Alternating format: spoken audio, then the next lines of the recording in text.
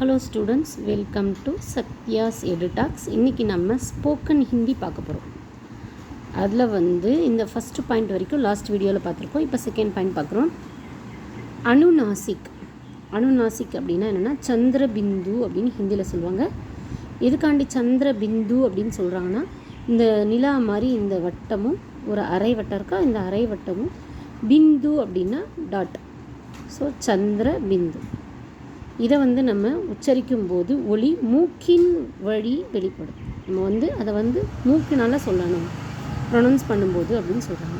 To pronounce அனுநாசிக் nose must be used.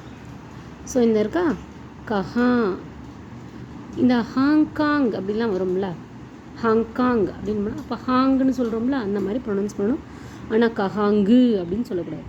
கஹா அந்த இன் of மாத்திரையாக சொல்லணும், ஆஃப் மாத்திராவா ரொம்ப சைலண்ட்டாக சொல்லணும். அந்த இன் தெரிகிற மாதிரி ப்ரொனவுன்ஸ் பண்ணக்கூடாது. ஸோ கஹா, கஹானா எங்கு, வேர்.